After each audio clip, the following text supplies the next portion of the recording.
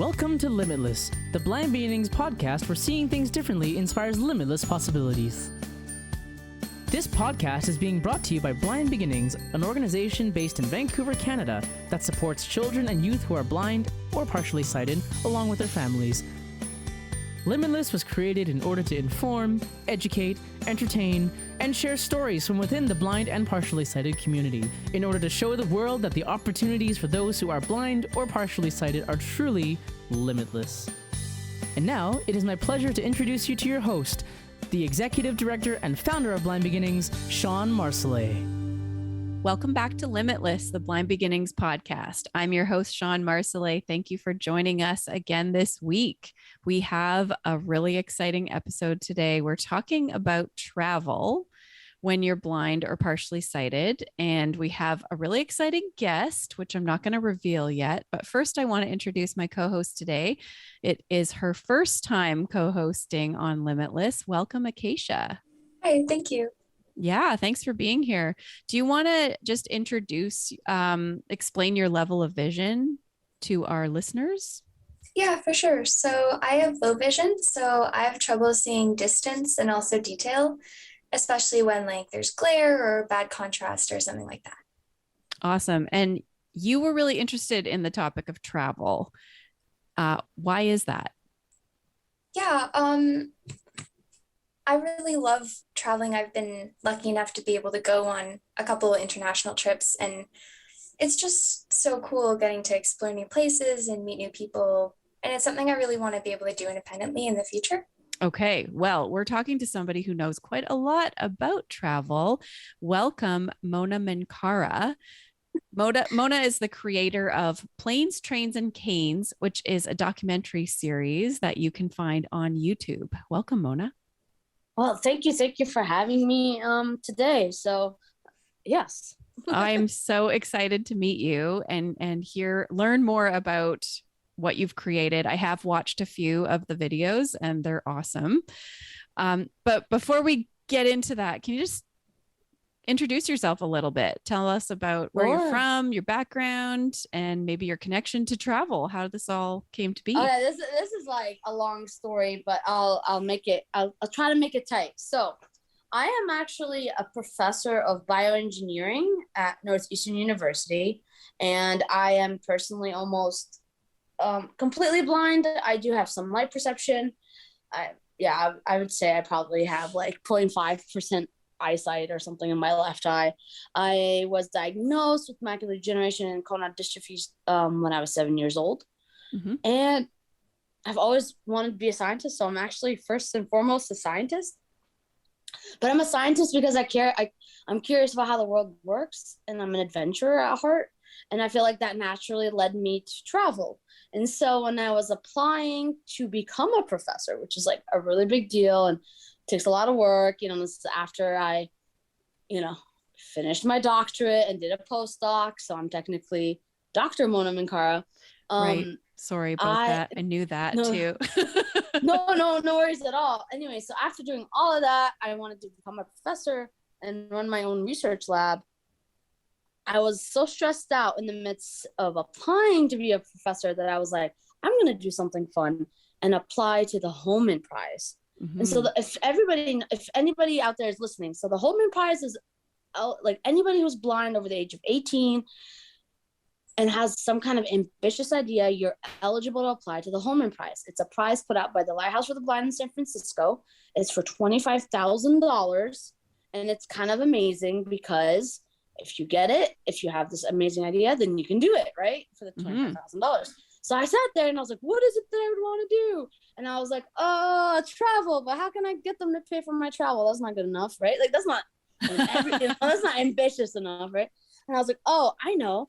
Let me document how a blind person travels independently using only public transportation. So I proposed going to 5 different cities around the world and only traveling using public transportation because it was really important to me that as a blind person, I kind of immersed myself into society as opposed to being comfortable behind, the glass window of a cab. And I applied and I got it and I couldn't believe it. And that's how Planes, Trains, and Canes became a thing. That's so cool.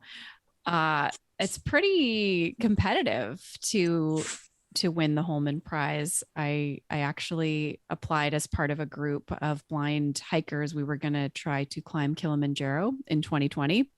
Of course, then the world kind of, had other ideas, but we were not successful. But so I appreciate the process for applying and just like how many people you would have been up against. So like, congratulations. That's quite an accomplishment.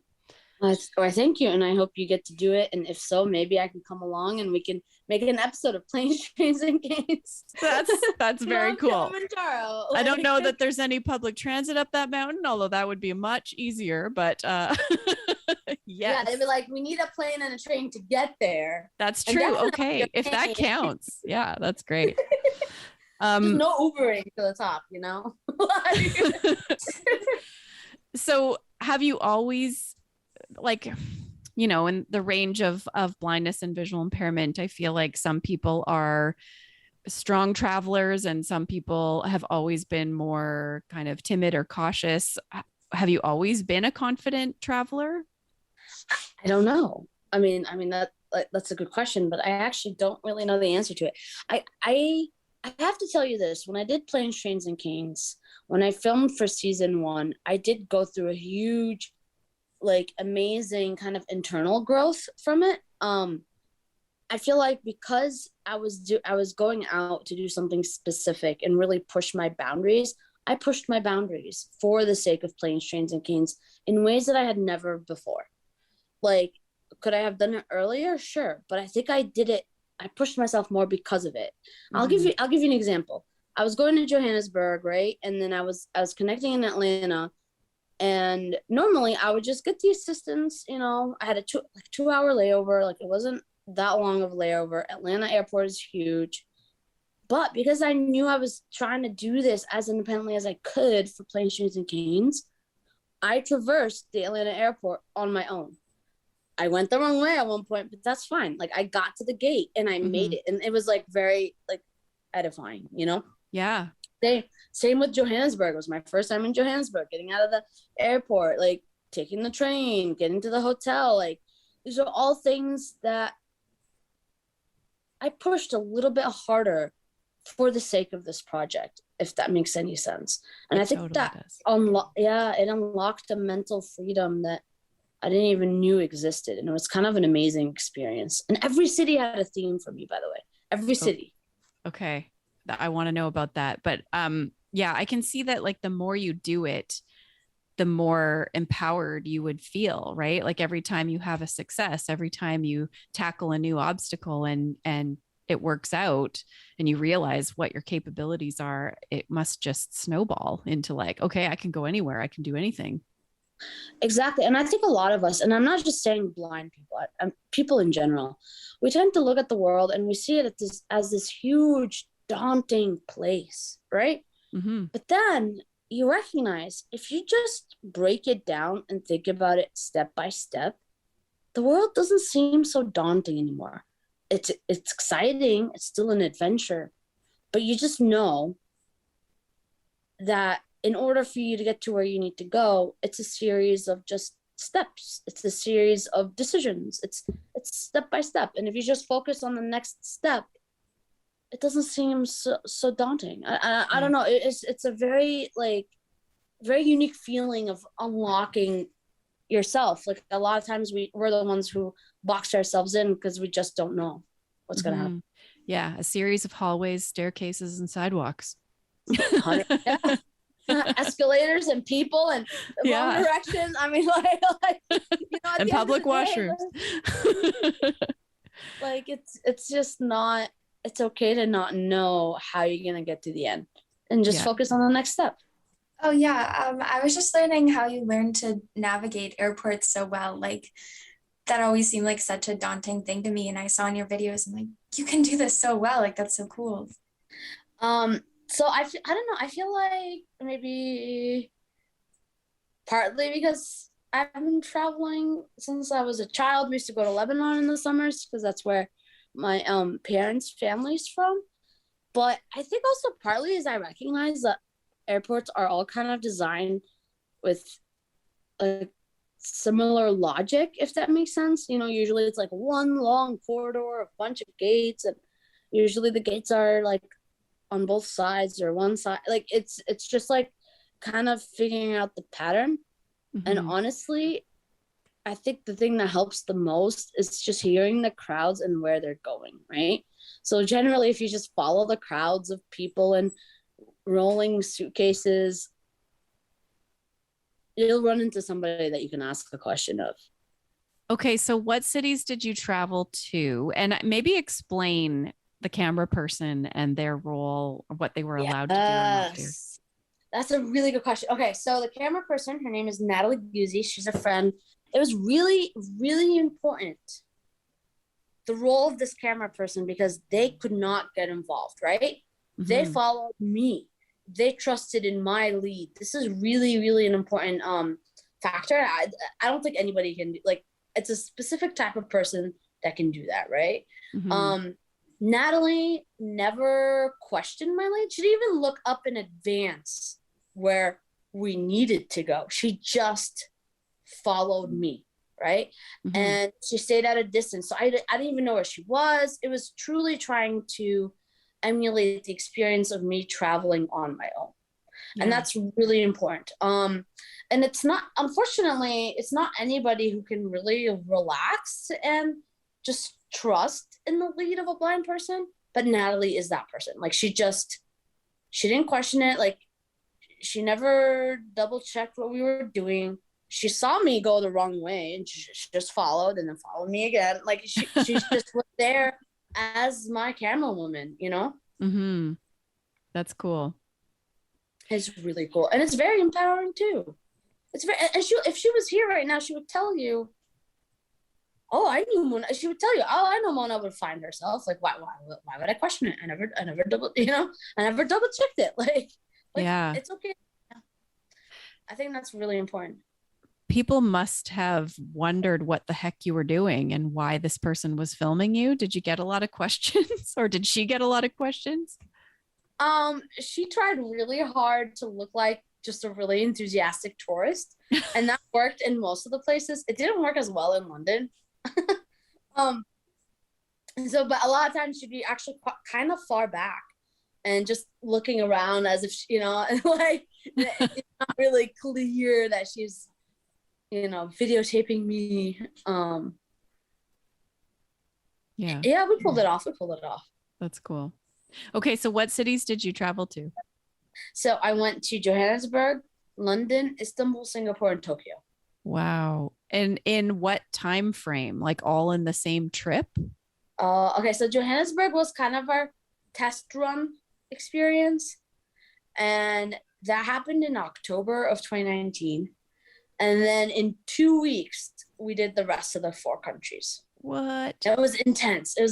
And we went, we did 2 weeks of travel, came back, 2020 hit, 2 months later, pandemic.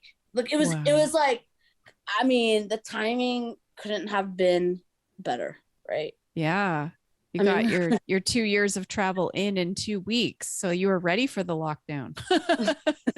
Yes. And I mean, unfortunately, we were like producing travel videos during the lockdown, but you know what? Like, at least we got the travel in before we couldn't. So, and now that steamrolled things, and we kept at it like little by little. And now we got funding for season 2 of Planes, Trains, and Canes, thanks to MABV, which is the Massachusetts Association for the Blind and Visually Impaired, which is awesome. So cool. Season 2 will be coming to you soon. Oh, can you tell us where you're traveling, or is that top secret? I mean, that's a really good point. I feel like I should keep it top secret. Okay, that's fine. Fair enough. That's exciting. It's exciting though. It's exciting. And we have a special edition episode that will be coming out. And that is one related to my zero gravity experience. Ooh, okay. Yeah. Wow. So I'm curious about the different cities. Like, were some harder than others? I would imagine so. You said that each city had a theme. Can you talk about that?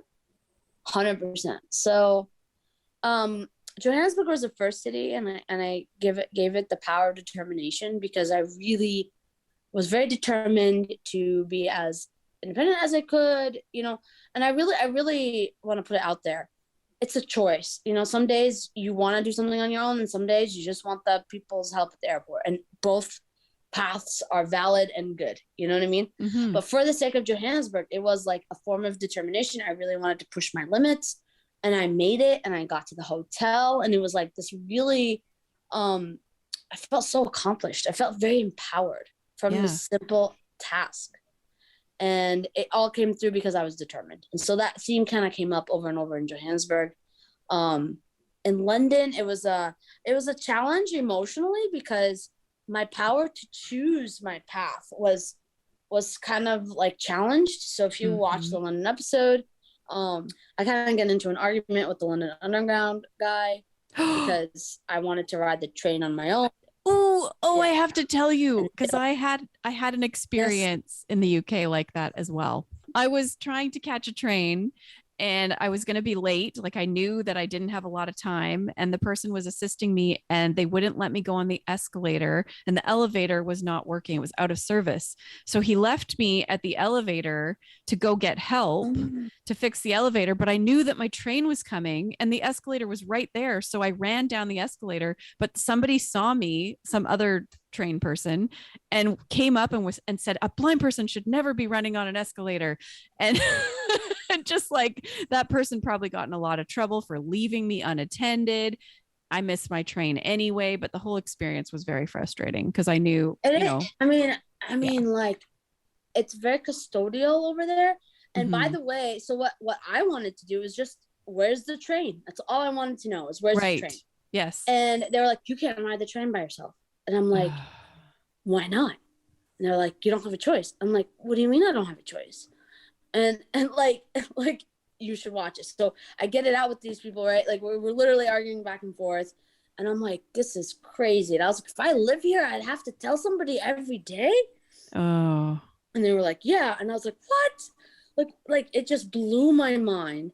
And then the guy actually, because I pushed so hard, goes back to double check the rules, and turns out that's not the rules. Oh, wow. You need to watch it. You need to watch this. I will. It is like very, oh my God. I was like, I can't believe I captured it on camera.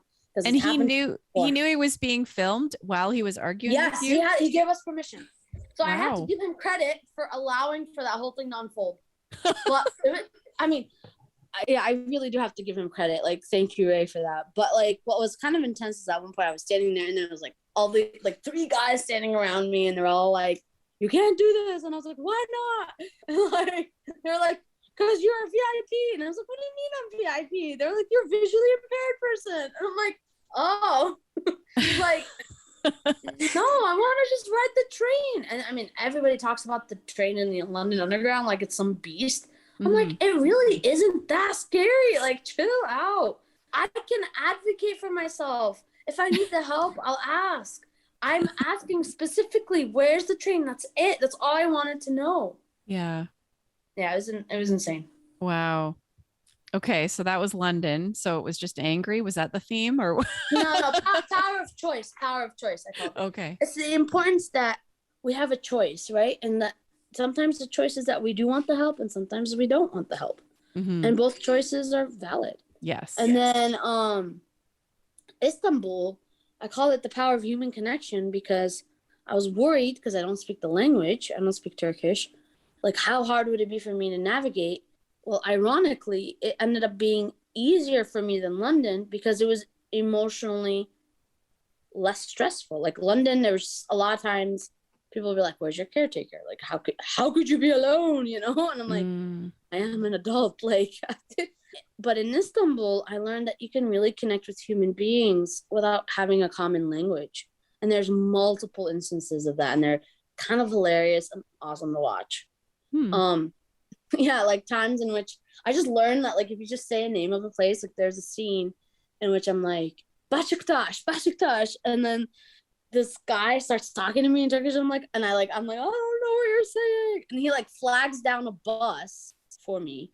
Like, kind of indicates that I should get on the bus, and I'm like, Besiktas, and the bus driver, Besiktas, and then like I literally end up going to Besiktas. Like I'm like, this is amazing. Wow. Like, so good, so good. So yeah, the power of human connection. And then in Singapore, it was just like really a lot of fun, just a lot of exploring. And then Tokyo, oh my God, Tokyo, the coolest, most accessible city I have been to on earth. Like it is a phenomenal experience.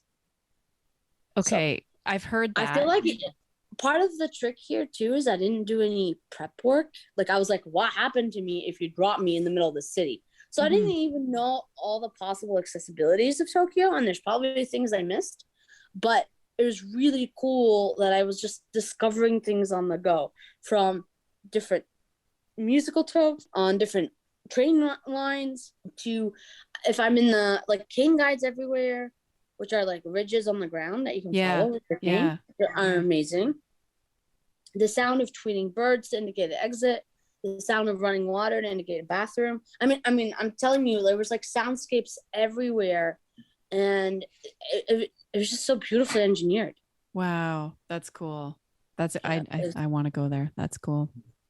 I didn't feel like I needed eyesight at all. And that's a city with like 30 different train lines, and like, you know, it's a huge city, and I felt so comfortable in it. I was just wondering sort of about like if you have to book train tickets or accommodations or anything like that, sort of just trying to figure those things out, if it's not super accessible, or if the people you're trying to book them with don't speak the language. Yeah, so honestly, I didn't really run into that problem. Usually I was able to get help in English. I think there's a really funny scene in Istanbul though, where I'm like having trouble with the ticket for the underground, and like the machine wasn't working, and then I get somebody to help me, and then at the end of the day it actually turns out that we get to ride for free as blind people. Oh, it's so great. I mean, like I just in Tokyo I got help. The lady spoke in English to me, and then all the other countries spoke English. So I feel like as an English speaker, I was not faced with that challenge as much. Oh, that's so cool. Did people respond differently to blindness in the different parts of the world? I mean, you've mentioned London, but I imagine there'd be some differences in other places as well. I felt like in Johannesburg, they didn't really understand a lot of times what the cane really meant. I was kind of left alone. In Istanbul, there's like a bit of reverence, like, oh, you're blind, I'm gonna try to help you, and like if you want it, and then if I say no, they leave me alone. And in Tokyo, you just become one in the crowd. Apparently there were more, according to Natalie, there were more blind people walking around Tokyo that she observed than all the other countries combined. And that's what happens when you have such an accessible city. Yeah. I mean, when I actually lived in England for 6 months. I worked at a school for the blind and would travel into London or different parts of the UK on weekends. But I had a situation in a train station bathroom where you had to pay to get in to use the washroom. And I didn't I got all turned around and ended up coming out before I found the stall. And like, did you have any scenarios like that where you're like, I don't know. And I find also just washrooms in different parts of the world, finding the flusher. System. Yeah. It's like a different system. But I think when you expose to, I don't know, if you travel enough, you start to figure out like if it's not this, it's not that. You know what I mean? Like, you start just going through different deductions. Okay. I'm trying to think. Nothing. The bathroom in Tokyo in the Tokyo airport was an experience. It even plays music, like a sound, like musical tone, so that you don't actually hear yourself. Oh, really? Yeah, it's like another level of decorum that was so new to me, and I was so amazed by it that the lady was like, "What? You don't have this in America?" And I was like, "No, we don't."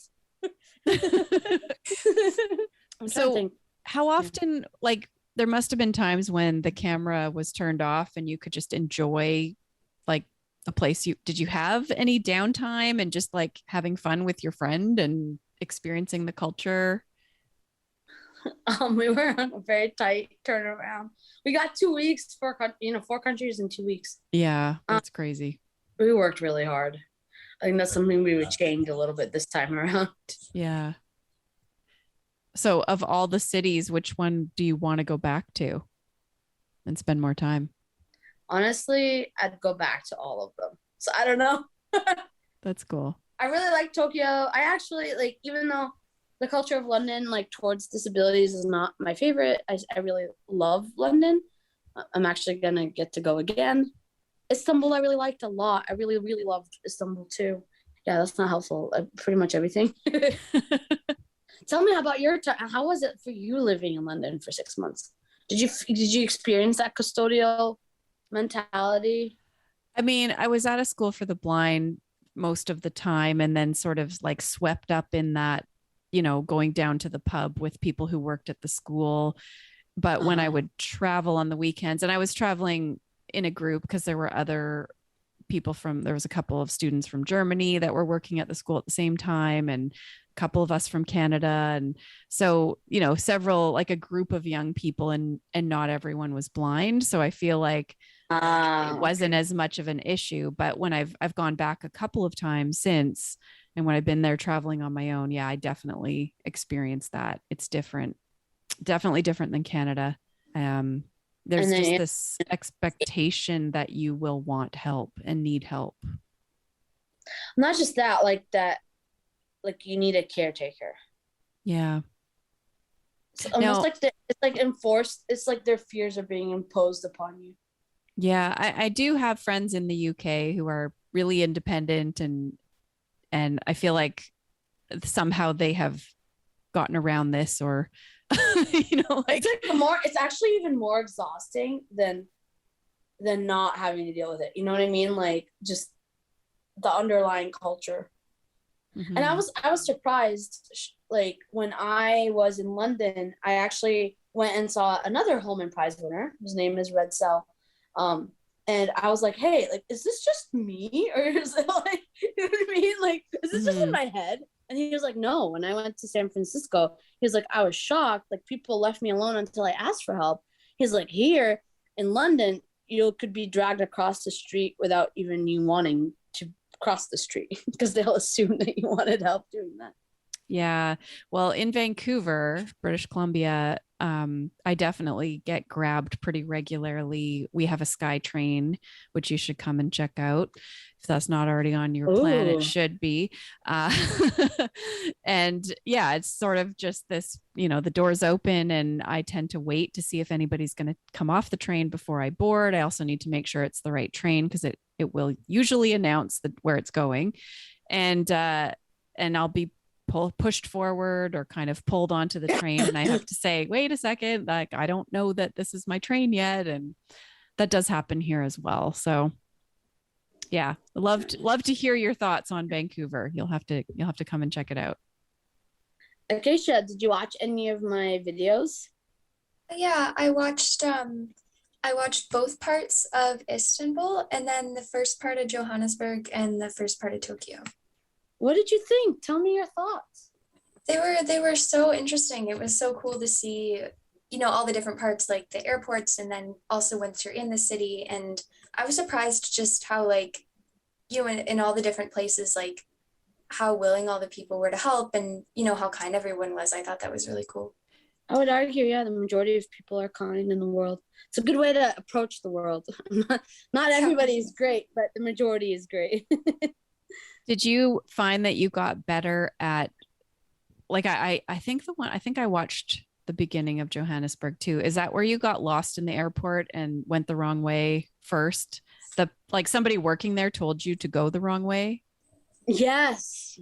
Okay. That's, and then I ended up going down this like crazy long hallway. And then, yes. And then I ended up asking a lady there, and I was like, where are you going? Like, where is this? And then she was like, I don't know. And I was like, what? Like, I was like, she doesn't know either. Like, okay.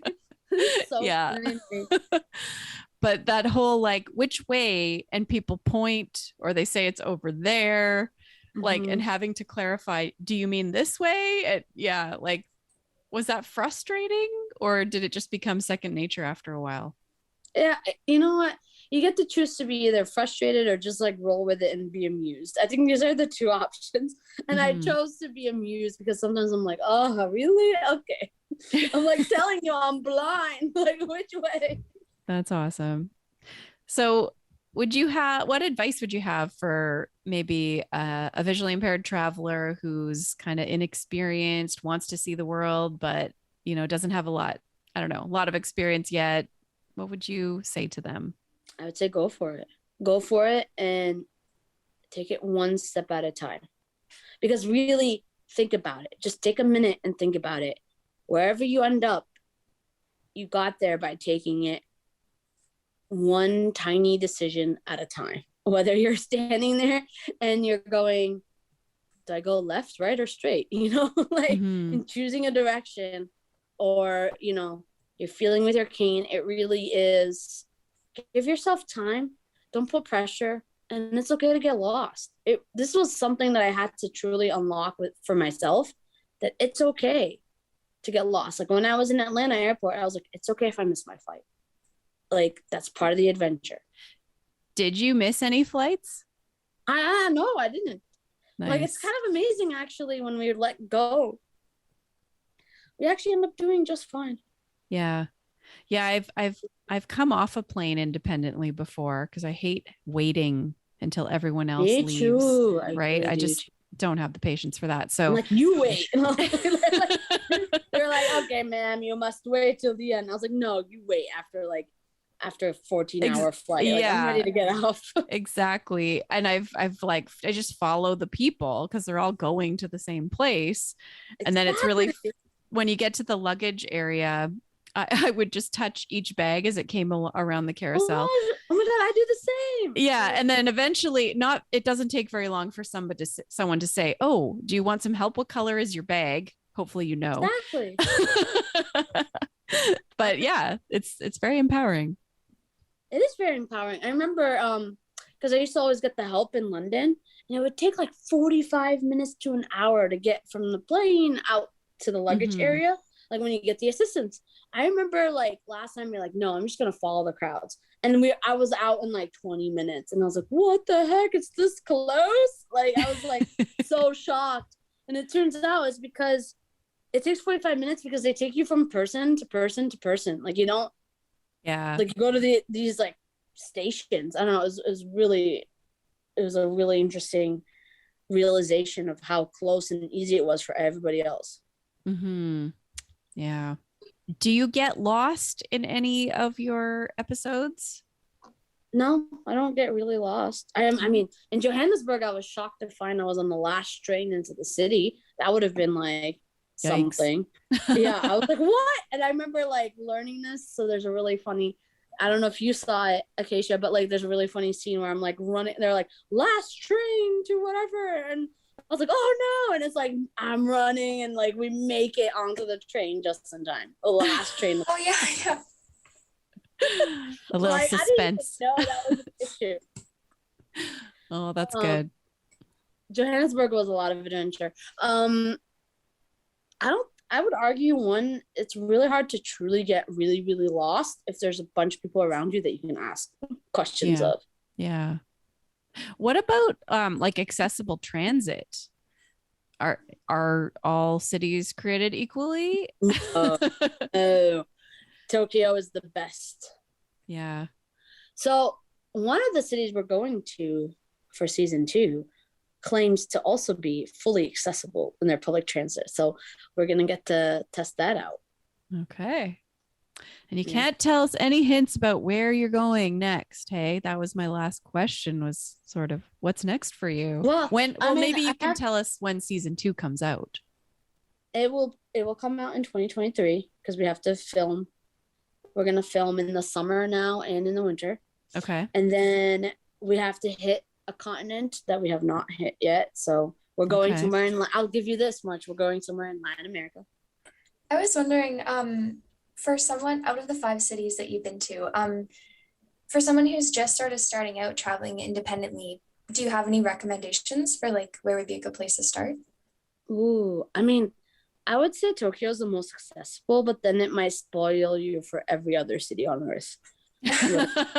Like after Tokyo, I came back and it was so hard to readjust to Boston. I was like, what is this? We're so behind.